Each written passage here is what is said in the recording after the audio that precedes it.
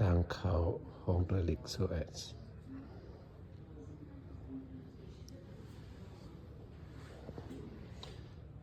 ห้องในห้างครับห้องในห้าง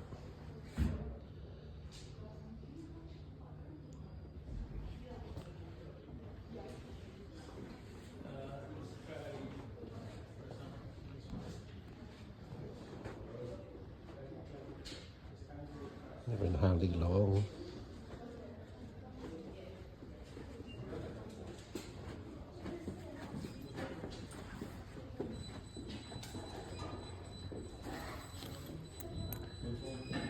ไปสมเมือง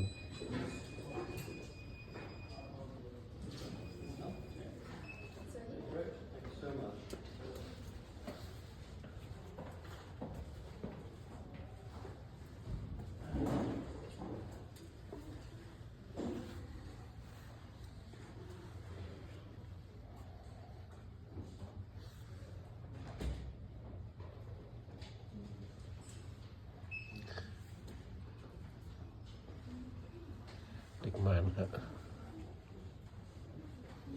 เด็กบาลีตามเสนอมาทานฮะน้อง